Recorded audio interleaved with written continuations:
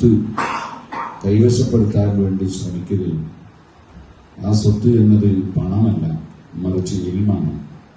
അത് ലോകത്ത് വിതരണം ചെയ്യുകയും ചെയ്യാനുള്ള ഡ്യൂട്ടി ഏറ്റെടുക്കാൻ നേരത്തെ നബിതങ്ങൾ പഠിപ്പിച്ച ആശയങ്ങളിൽ ഇൽമു പഠിക്കാൻ വേണ്ടി തുനിഞ്ഞ നിങ്ങളോട് അവരുടെ സ്നേഹം അത് പഠിച്ചതിനു വേണ്ടിയുള്ള സ്നേഹമാണ്. അല്ലാഹു തആല അതിൻ്റെ എല്ലാ ബർക്കത്തും ഈ നാട്ടിലും ഈ സ്ഥാപനം നടത്തുന്നവരിലും അതിനെ സഹായിക്കുന്നവരിലും നൽകുമാറാകും.